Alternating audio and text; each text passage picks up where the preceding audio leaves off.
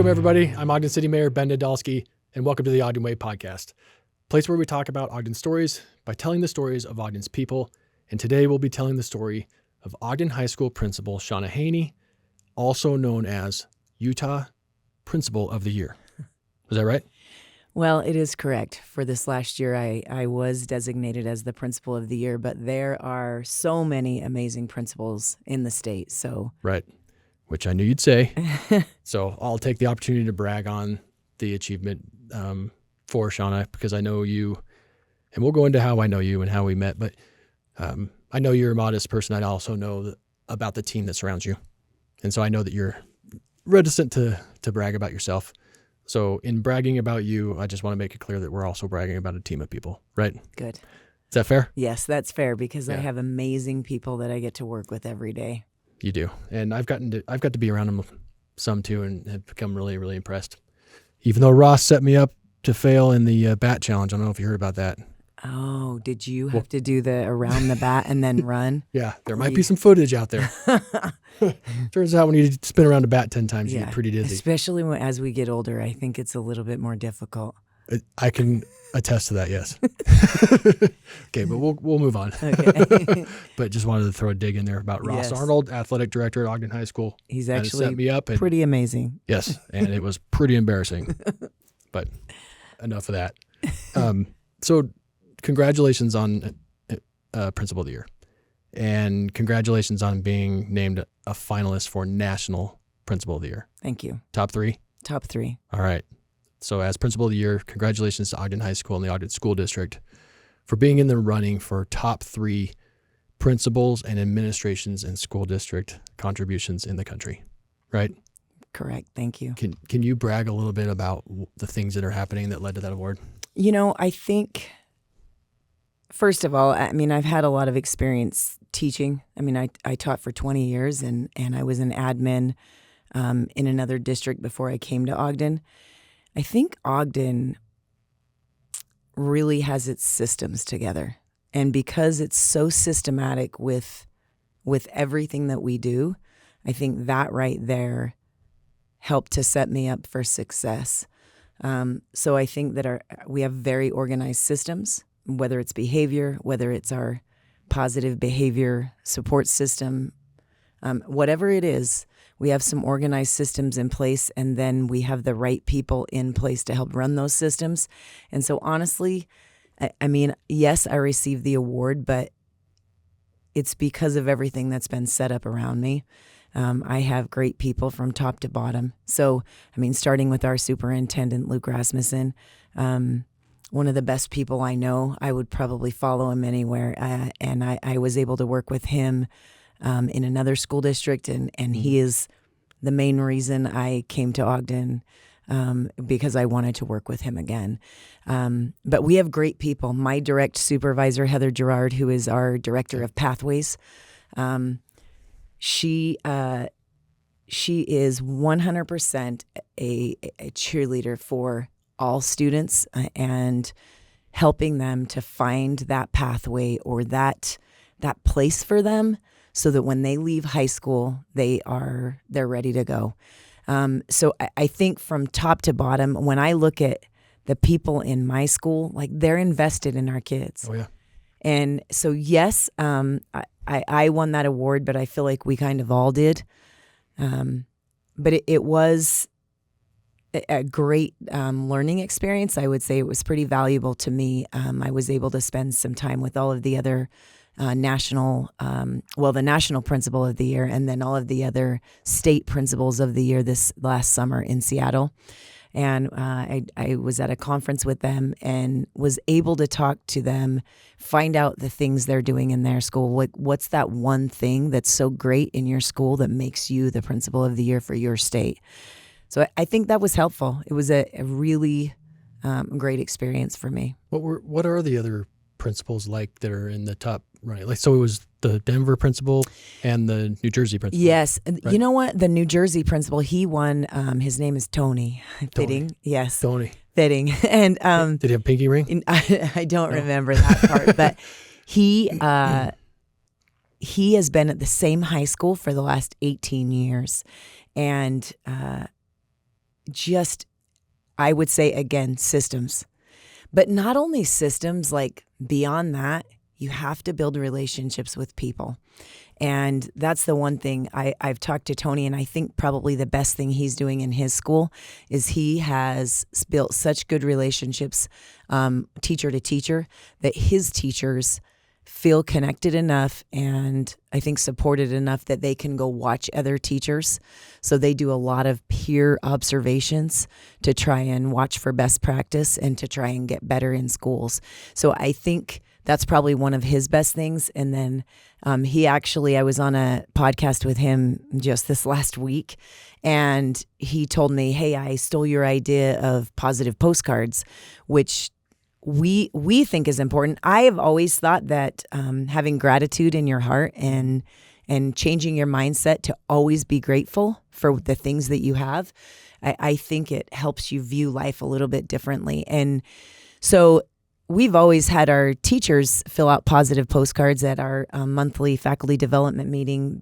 It's kind of like a bell assignment. When they first come in, they grab a postcard. I think the greatest thing about the postcards is they are designed by our students. So at the beginning of each year, there's an art project and kids design postcards, and then they're all put into a folder and all the teachers vote. So whichever postcard gets the top votes, we print off. Like we pick like 5 of them and we print them off. We use those as postcards all year long. So they're our students' artwork. I think that's one of the greatest things. Well, it's an interesting idea because, I was asking about, Tony. Tony in Jersey. Yes. A lot of people think because we talk about our successes and our wins that we are ignoring the challenges, and it's not the case at all. It's because of the challenges that we show up to work and do this kind of work, right? Right. It's why Luke came to this district. You followed Luke, and why you came to this district, because you know there was a need. There's also, that's where the fulfillment lies, right? Right. And so, but amongst the struggle and the challenge that we're not ignorant to or ignoring is opportunity. And it's really hard. And I confront this too. That's why I like your idea of the positive postcards, is just for people to see positivity and opportunity and hope is important, especially amongst daily challenges, right? Yeah. But when you're leading an organization like we are, you have to be leading and building on that hope, right? Absolutely. And is that kind of at the heart of why you do that? Well, originally it was, I want every single student to feel wanted. I want every single student to feel like they matter. Not just our athletes, not just our A students, like every single student that attends our school, they matter. And I want them to know that. And so I want teachers to be able to let those kids know. And it may not be the A student that's getting the positive postcard, but maybe it's the student that all of a sudden has made some progress, right? And they're trying hard, they're working hard. And just to get that postcard from your teacher, and we have them delivered with a mint, right? It's like a compliment. But not only the students, teachers sometimes struggle too. Mm-hmm. Oh, for sure. And teaching sometimes it can be challenging, and it's amazing, but it can be difficult sometimes. And so the idea came up last year that why aren't we doing this with our students? And so when we have students in the office, we're asking them, do you have anyone that you're grateful for? Any adult in the building? And would you take a minute and write a postcard? And I find that when kids, again, have gratitude in their heart, it maybe makes them either less angry. It just changes their mindset. I think it's a shift in mindset, and I think it's valuable to kids. I think it's valuable to adults. Just for people. Yeah, to approach things in a positive way, that we do have good things in our life. Even some of our kids that have really challenging situations, they can find some things that are good. Sure. And so I think that's been good to have them write those postcards. And I know teachers do love to get those positive postcards or those gratitude postcards from our students. I had a student that handed me a gratitude postcard, which I was not expecting, just right before the break. So on Thursday was the students, it was their last day, and he came up and said, I just wanted to tell you Merry Christmas and give you this.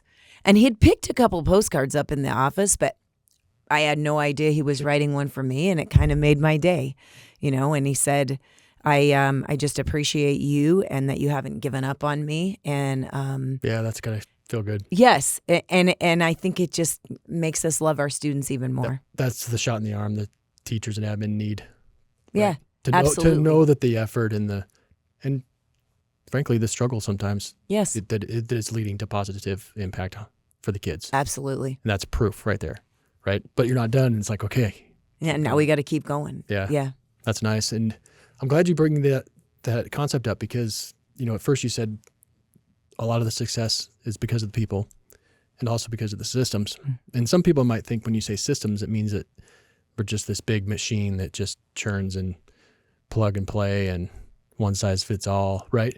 I wish it was that easy. But I have to think that teachers and administrators have to have access to good, strong systems that they can count on for structure.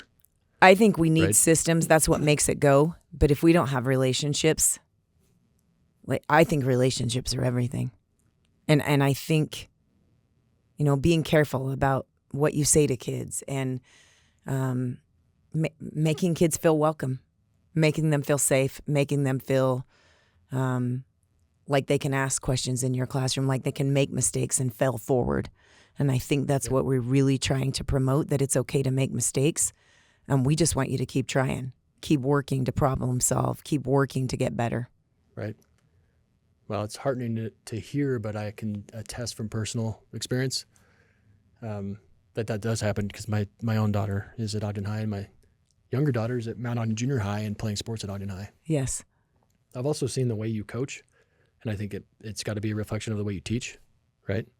So I hope so. Shauna was my daughter's volleyball coach for a while, and it was really enlightening to me to watch you coach, to watch you teach, to watch you mentor kids. It was impressive. Thank you. So if that's how you teach, I know we're in good hands. I'm a firm believer in being kind Oh yeah. and holding kids accountable. I think there's a way to do things, and I think there's a right way to do things. But I think we can do it in a kind manner and be kind. It doesn't mean that everything is just fun and games. I think that we have high expectations, and we have to sometimes revisit those expectations. But I am 100% about kindness and accountability. Yeah. That has come up before, and it might have been my fire chief that was in your chair that mentioned it. But we talk about it in our leadership team a lot, how kindness does not mean letting people get away with things. That Correct. doesn't mean letting people be half at their best or not following directive or whatever. You know what I mean? Mm-hmm. Accountability actually is an act of love. Absolutely. Right? And it doesn't mean we do it heartless, that we're cruel. No. But it's like, you're not cutting it. And I love you enough to tell you that. Yeah. And to help you get to where you can and do, you know? I believe that 100%, or telling someone I've seen you do better. I know you can do better. Right. And that's not a mean thing. It's not a dig. It's I value you. And I have these high expectations. Let's revisit those, and let's what is keeping you from meeting those expectations, and how can I help you? And I think we do the same thing with students, right? They're not meeting an expectation. What's the barrier? How can I remove it? How can I help you now be successful? Right. And same thing with teachers. Adults, we all need the same thing Absolutely. at different points in our life, depending on where we're at. That's such I love where this is going, because when I talk to our staff and my leadership team, and tell me if you talk to your team and your students in the same way, but it's like, I love you enough to know and to see you for what you can be and what you are, and to see you for your best and to help you be your best. And part of that is me having an honest conversation with you, reinforcing that I love you, but that I see more and better, right? Absolutely. And is that how it kind of works at the school too? I believe that that's the right way. I think sometimes leaders will let things slip and slip and slip until it becomes really bothersome or really frustrating. And I think that's maybe a little too late. Yeah. I think we do things right. And if we ask someone to do it a certain way, then we want it that way. And we revisit expectations in a kind way, and then we continue. I think that's part of the learning process. It is. And the growth process. Absolutely. As a result. But I tell my team, I'm like, sometimes if you have an awkward conversation or maybe an uncomfortable conversation, if you avoid it, it becomes a miserable conversation. Yes, it becomes worse. It's untenable, right? And then sometimes people want to avoid each other. Right. And so I don't think, well, I don't know. I don't know of very many people that like hard conversations. I think it's necessary Right. in the field we work in Mm-hmm. To help people grow, to help them to become their best. 100%. I mean, we shouldn't even be in these positions if we can't have a Right. uncomfortable conversation, sometimes hard, sometimes Agreed. miserable, Mm-hmm.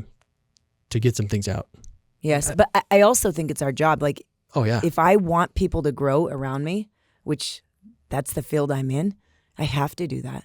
Well, I think it helps too if you're open to growth of your own Absolutely. and honest input back. Because, I mean, I'm not going to sit here and say I'm the perfect leader. Now that I'm the mayor, I'm the perfect leader. You do everything I say, or else that's no way to really build buy-in and right and motivation. So, I feel the same. I feel like I'm constantly looking for a better way, not to just change everything, but better ideas, better ways to motivate people, better ways to help my teachers. I have amazing teachers. I feel so lucky. We have amazing teachers at Ogden, and God, they work so hard to meet every student where they're at, and then to push them to where they want to be. I think that's the biggest thing, is helping these kids so that when they leave high school, they have some skills that they can be successful in life, and also that they have, if they want to be a doctor, great, we're going to push them in that direction, and we're going to do everything in our power.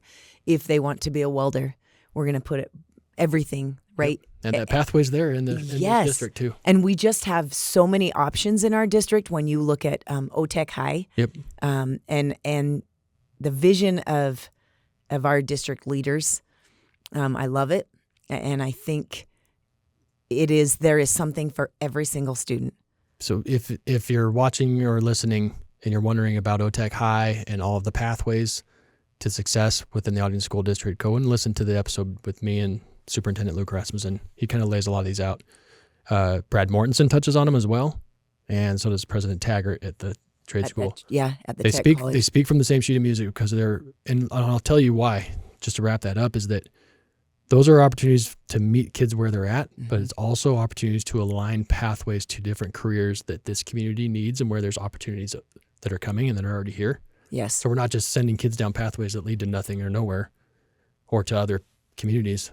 We're setting them up for success on the things that this city and my administration are going after in terms of economic opportunity in their future. Yes. Right? I think it makes their education more valuable Right. when they have that pathway and they can see that end goal, whether it's a certificate at OTEC or, it could be something there, and then they want to go on to Weber State, or they want to go to the U, or wherever they want to go. Right. I think that's the big thing, is we have to know our kids.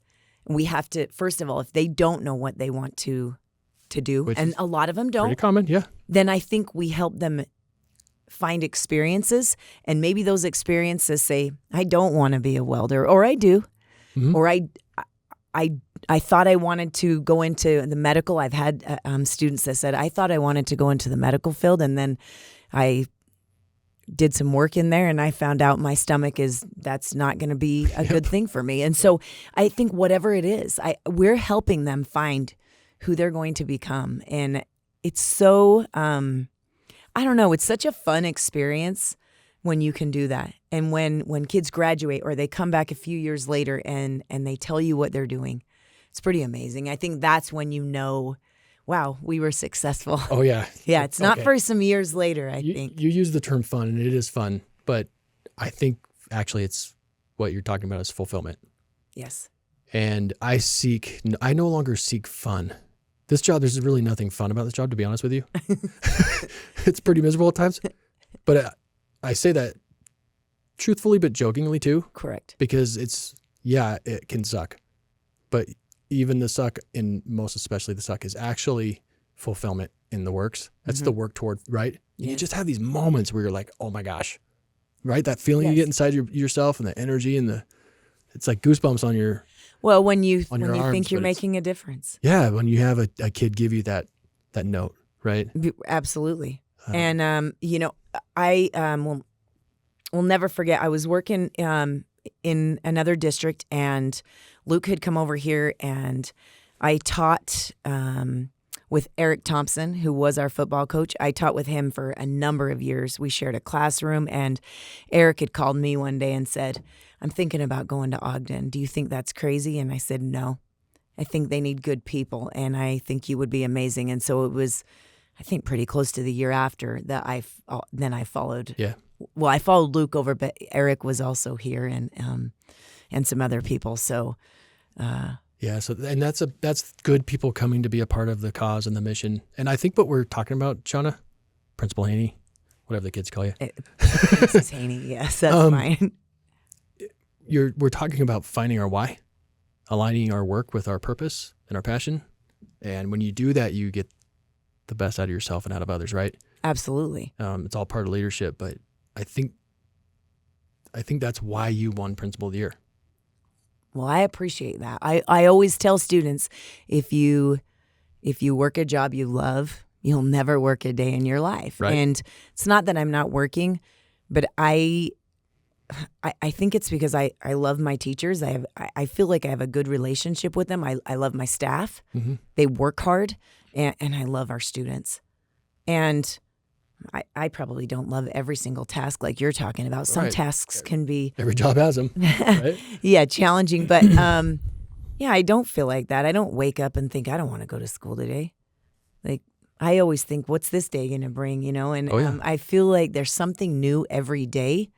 And my assistants were talking the other day, and they're like, the day just goes by so fast. Like, there's so much to do, so many kids to work with, and it makes the day go by quickly. I never look at the clock, and yeah, I can't imagine another job outside of education that I would love this much. I'm glad to hear that. I hope you stay for a long, long time.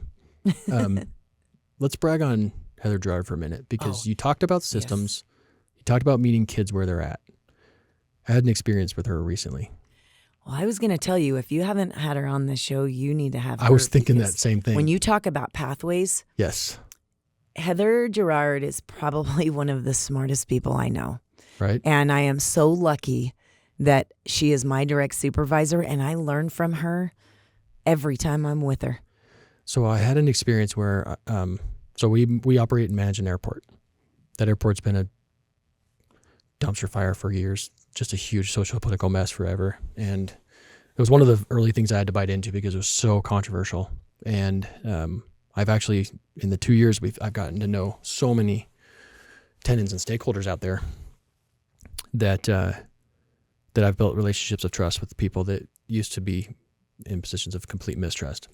And as evidence of that, I had a stakeholder come to me that runs a big aerospace company out there, and he said, I really want to align the youth of our state with the opportunities for aerospace and defense. And the aeronautics, aerospace, defense industries sound cool, but there's so many different veins within it that even I'm not even clear on all of them at all, right? Right. And I rely on my partners to help me, inform me for industry needs and so on. But he said, we'd really like to start in Ogden, and we're hopeful that you'd introduce us to the superintendent and see if this is something he'd be willing to bite into. So they organized a meeting, brought Luke in, and Luke came with Heather Gerard, and I watched as we talked about the defense and aerospace needs, and how the Ogden City wants to capture on those needs. But instead of bringing people in from the outside completely, how do we prepare our people for these opportunities? And then watch the district come in with Luke's leadership and empowerment to Heather, and then Heather just knocking it out of the park on how we can take that, put it into the systems, yes, right, to meet the people's needs for where they're at. And it was such an important, it was just like watching like an orchestra or something. I just felt so much fulfillment in the moment, because it's like, this alignment is so important, right? It is. It's so critical. What if we were preparing our kids for all these pathways that lead to nothing here, and then they got to leave, Now we're leaving the fabric of our city, losing the fabric of our city and our kids, Right. right? We're losing families. Yes. We're just displacing ourselves. And so a huge hat off to Heather. Yes. For the way, in fact, in that setting, they talked about aptitude and how we should be, rather than asking kids about what are their passions, we got to also ask them what is their aptitude, the things that they're most wired to succeed in and that they have, you know what I mean? Yes. Innate skill sets at. Heather would talk a lot better about this. Well, and Heather is kind of set up our entire district. Students start in elementary with that. Right. Right. And they're taking some tests to try and figure out, like, what am I good at? Where are my interests? She works with our counselors on this all of the time so that they have a personalized, college and career readiness portfolio so that every student has one. And that's what we're really trying to educate our teachers on, is how do they help a student, even though they don't know everything about all credits and all pathways, but trying to educate all of our teachers to try and ask the right questions so that kids can start thinking ahead. Right. Because kids will say, I don't know what I want to be, but so then what questions do we ask to get them there? Right. So my daughter just recently took an exam that measured her aptitude, basically. And the youth science. Yeah, youth science. And that was the tool actually that was proposed to be used to measure aptitude so that we can align kids in the pathway that works best for them. Because I can speak from personal experience. I didn't go through school and be like, one day I'm going to be the mayor. Never came up, right? Correct. I don't think I did the same thing for being a principal either. So. Right. I had no idea. I was talking about what I was passionate about, which was in wildlife, and I had an amazing career there. I loved it. But I did absolutely hit points where I was like, I am not wired for building analytic models. But that was the job I was in as a biologist, right? I studied fisheries biology and stream ecology and yada, yada, yada. And I found myself in these positions where I'm like, I'm building these huge statistical models and I'm writing code from scratch. And I figured it out. I know, surprise, surprise, surprise, right? I figured it out with the help of my professors and everything through grad school and everything. But it was never what I was good at. I was never set up to really knock it out of the park in that industry in that way. So I had to get in a different lane. And that's when I went into the public policy and legislative affairs and, you know what I mean? Yeah. I think sometimes it takes people longer to get into the path that they're meant to be in. But if they find it. Yes. There's so many kids that we're losing because we're not aligning them early, right? Well, and that's what I'm hoping. And that's what I always tell kids. If you don't know, let's keep investigating. Let's try some different classes. Maybe we say, okay, you don't like this.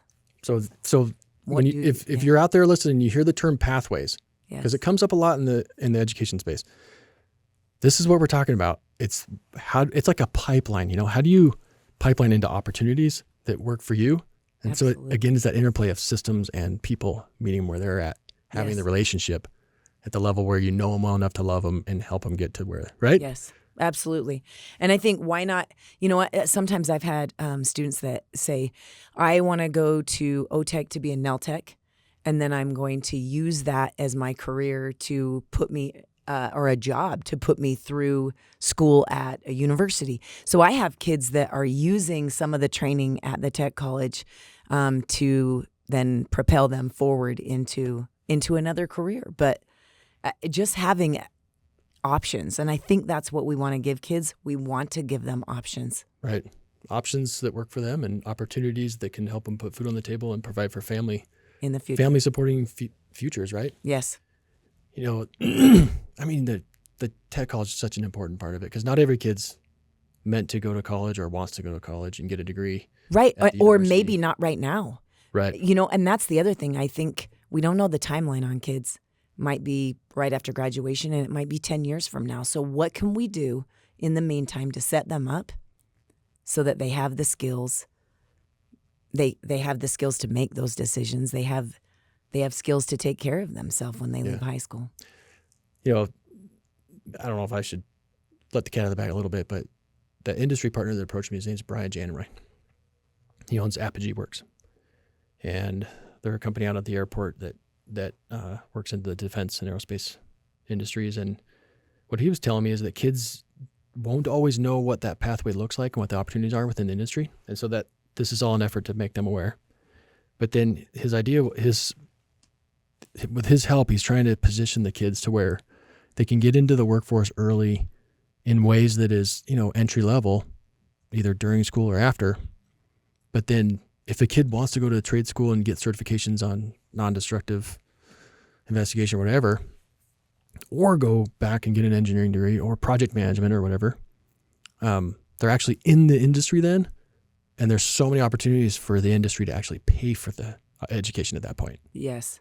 Right. So they're Absolutely. the industry's looking for fit early instead of just churning through kids and finding that there's areas where they're not a fit anymore because they haven't evaluated aptitude.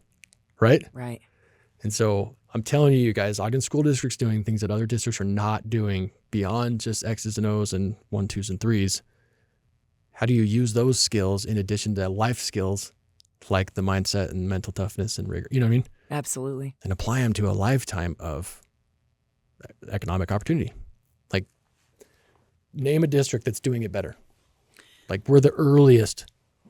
We're the ones doing it, and they're starting to shape that stuff around the state now, right? I think Heather Gerard is definitely a leader in Big time. In that area, and I think CTE directors around the state. I think they probably learn a lot from her every time they speak with her. Yeah. So. Anyway, we're bragging on everything right now, but that's okay. But that's the point of the interview is to brag about the accomplishment and the win of Principal of the Year. Thank you. But to really recognize the things that you're surrounded by and the people you're surrounded by, and the why, and the purpose and the passion behind the why, and the kids being your why, right? Absolutely. And I've probably said absolutely 5 times, but the kids are why we're here. They are. And figuring out how we can do it better. I mean, and that's what teachers are doing whenever they're meeting. They're looking at test scores. They're looking at how kids are doing and saying, what can we do to teach this a little bit better? What do we need to do to fill in gaps? Where do kids have gaps so that we can help them be better? So I think that's in everything we do at Ogden. So if you don't mind me asking, what are some of the things that you haven't done yet that you're looking forward to for Ogden and for the kids and for the district and for the high school, for your teachers, whatever? That we haven't? Yeah, like there's always more, but like what still needs more work, what still needs more effort and attention? You know what? We're always going to work on literacy. Mm-hmm. We are going to work on improving that. And, we'll get ready to test just as everyone else will around the state here coming up in the spring. And you always hope that what we're doing and what we're teaching our teachers, what we're doing in the classroom is enough to make progress. I think that's the biggest thing. We want to get better. I'm pretty competitive, so I want my students. I do. I want my students to do well. Yeah. Sometimes we get scores back, and it's kind of heartbreaking. And then sometimes we get them back, and we are amazed, right, at what's going on. And so, I think getting all of our students caught up, right, all of our students at that level where they can go out and be successful in life. I mean, really, that's the key to this. But so, yes, we have test scores, but it's because of literacy. It's because of our math skills, right? And I think math, just like anything else, it teaches kids to solve problems. And I think when students realize that it's not just about the math itself, it's about learning to solve a problem. And do I have the grit, and do I have what it takes to keep working through it? Some tenacity. When you talk about literacy, I think we need to talk about the systems again a little bit, especially since you're at the high school level. There's a lot of system and levels before you. And when you talk about literacy, it's early childhood literacy, right? But then making sure they have that foundation early, and then keeping them literate and growing. And building on that, right, over time. Yes. So if it wasn't that long ago at the school district, we didn't focus on early childhood literacy, right? It's a big focus now. Huge focus now. Yes. Huge. And you see, gosh, the benefit of that over time takes a while to track through the cohorts, right? This is something Luke and I talk about a lot. Yeah. Because it's an area of strategic emphasis that really, if you're going to put your effort into something early and see compounding results later, that's a huge one in education. Well, and literacy affects every single content area. Every single one. Yeah, reading, writing, listening, speaking. That just affects our whole life. Well, especially on top of where we have ongoing, what's the term you guys have, where you kind of lose kids from one school and they move to another school, or they'll come in from outside the district. When they're transitioning. Transitioning students, you have a lot of that in our district still. We do. We do have a high, just a kind of a transient population sometimes that move in and out. Yeah. So it makes a lot of those things even more challenging. And if your whole cohort isn't at grade level or above, to have to intervene in those instances is challenging, right? It is. And I think that's one of the probably more challenging things for our teachers is, how do I teach these students that are on grade level, and how do I teach these students that are not? But, we talk about not just teaching to the middle, we teach to the borders, right? I want my students that are out here, I want to give them some type of an enrichment, right? I want them to continue to grow, but I want this student that's down here, I am going to have to provide supports and scaffolds to help them to continue to grow as well. So I don't think it's about where they're at right now. It's about the growth they make while they're with us. So how do you do that? That seems, it makes a complete sense. You want to help kids thrive, but you don't want kids to fall behind. Right. And you don't want kids to get bored in the middle or ignored, right? Exactly. So is that the teacher challenge every day? I think it is the teacher challenge every day. We have students that don't speak English, or they're learning English as a second language. I think that can be a challenge. So you look at all of those levels of where students are at. I think that's probably one of the biggest challenges for teachers, is to figure out, how do I help this student, no matter where they're at, how do I help them so that they are all making growth and continuing to get better? And that's the goal, is that we become proficient. Right.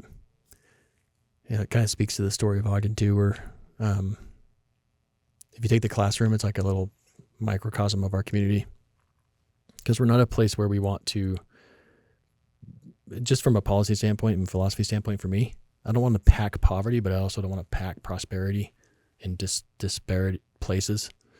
I think that sets us up for winners and losers. I want to be a community where we're all together, and we have very purposeful policies around our neighborhoods and things like that to make sure that we're not doing that. But it's important that kids are around other kids of that whole spectrum, because you recognize the whole world that way. You know what I mean? Love the diversity of our school. I love the diversity of our school. I love that my son was able to attend and graduate from Ogden High. I can't imagine him going anywhere else. And I think one of the best things about Ogden High are that kids are nice to each other. And we're not perfect. We're not perfect. Yep. But I think that kids accept each other. I think they're kind to each other. I like the environment. I like being down in the lunchroom every day with our kids and at sporting events and at extracurricular activities, whether it's with the band or the play, choir. We have talented kids, and we have kids that are interested. So many varied interests, and they come from very different walks of life. And it is kind of an amazing thing to see them work together. It is. I think that's a citywide thing we do. And not to be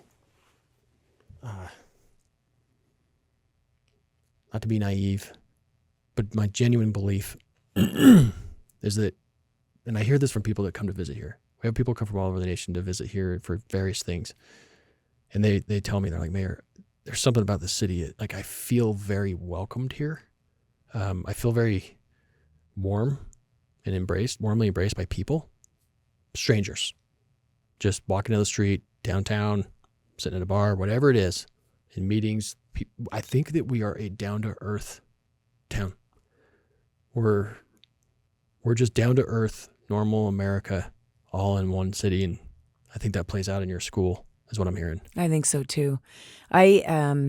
Interestingly, I did all of my practicum work in Ogden schools while I was in college.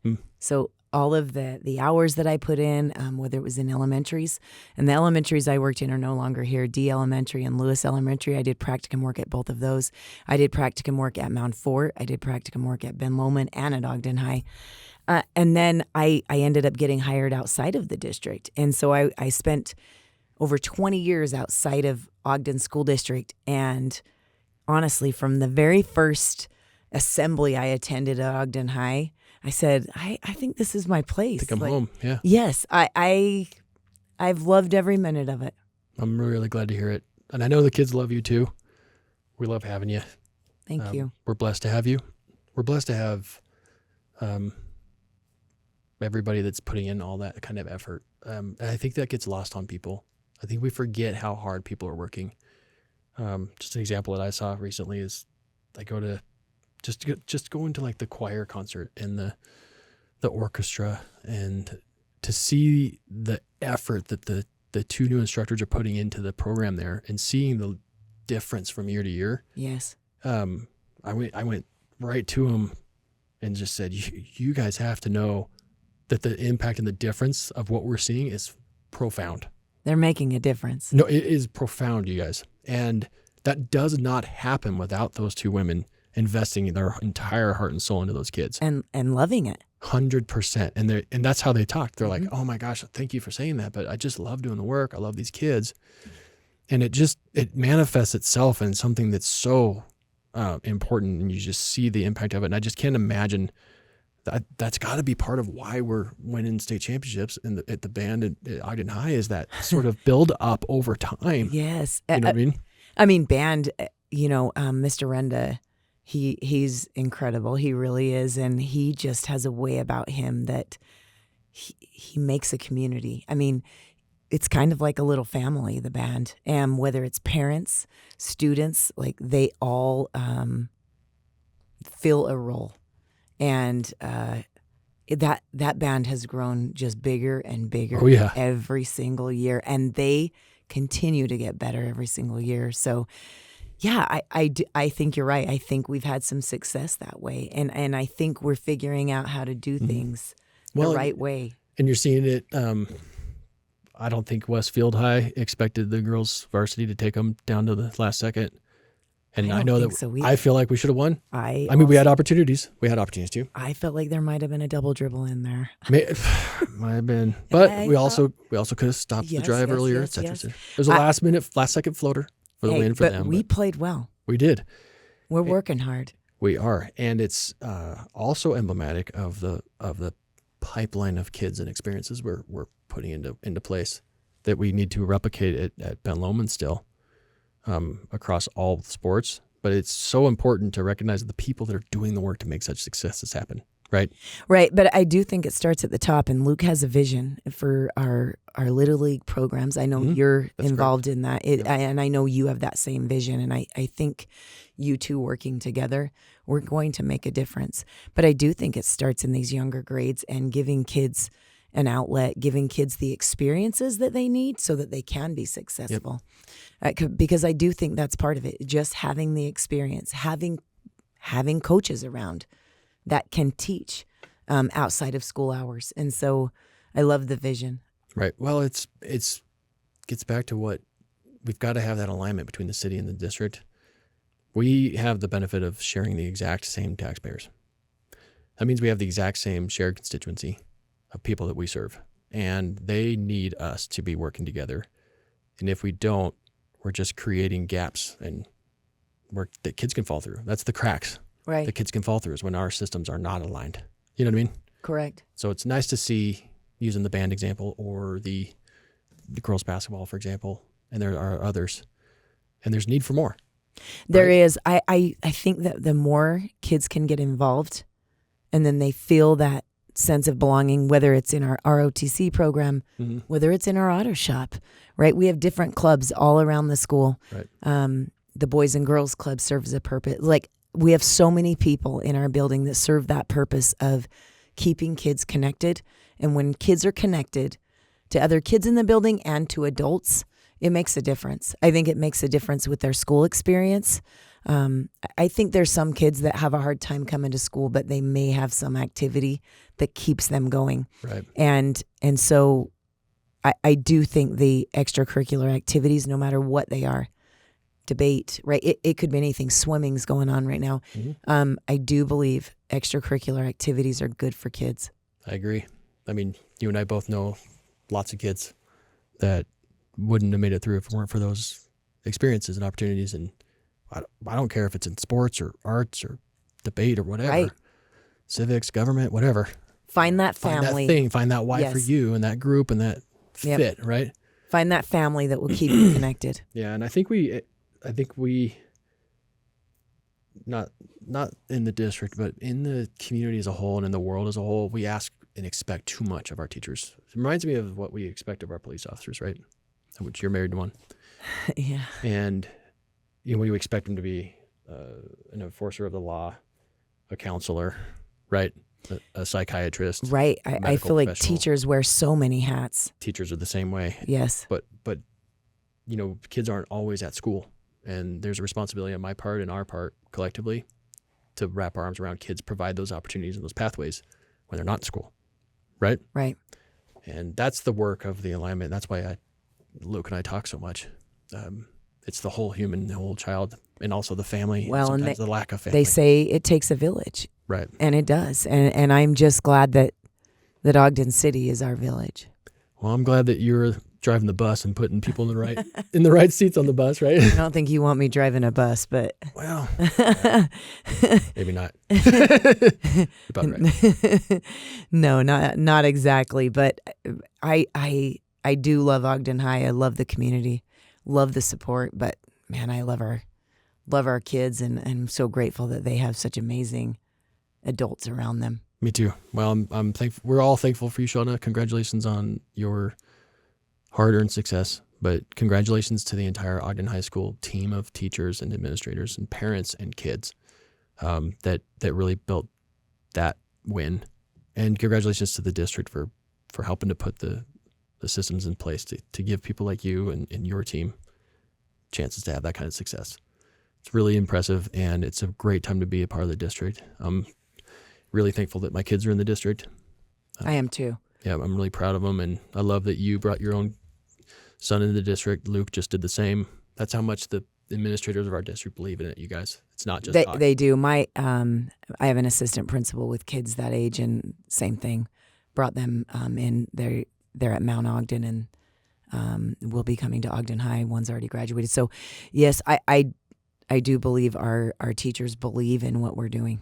They absolutely do, to the point that it's not just talk, it's action, and the action is bringing their own family and loved ones into the district to be a part of it, because we're raising well-rounded kids here.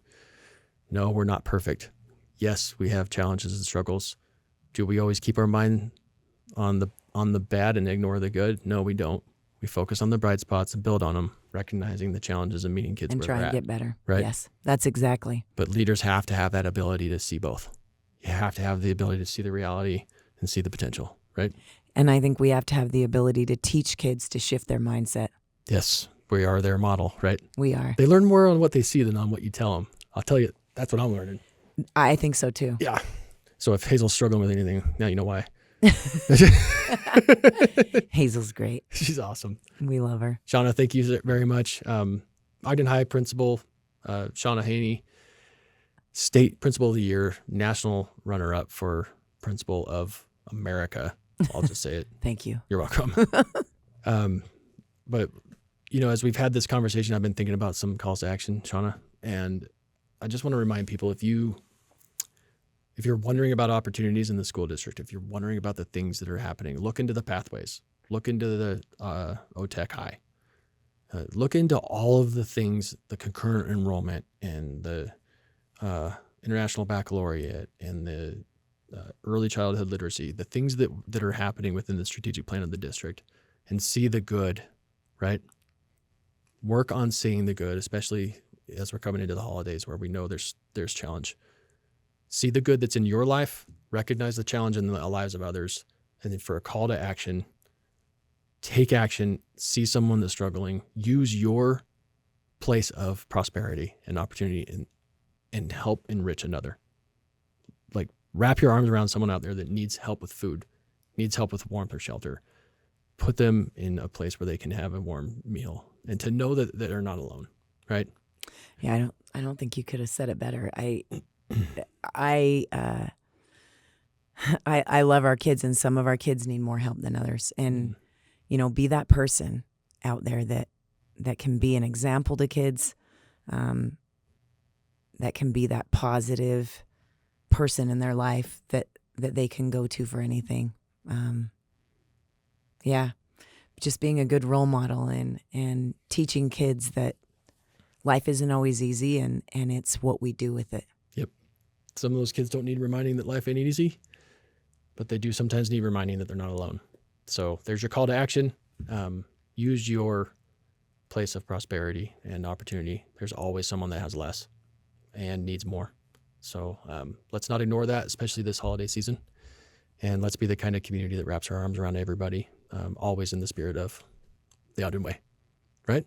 Right. Okay, that's our show. I'm Ogden City Mayor Ben Nadolski. This is Ogden High School Principal Shauna Haney. Thank you for joining us today. Get out there and do good things, do them for the right reasons. Everything else will work out. Thanks.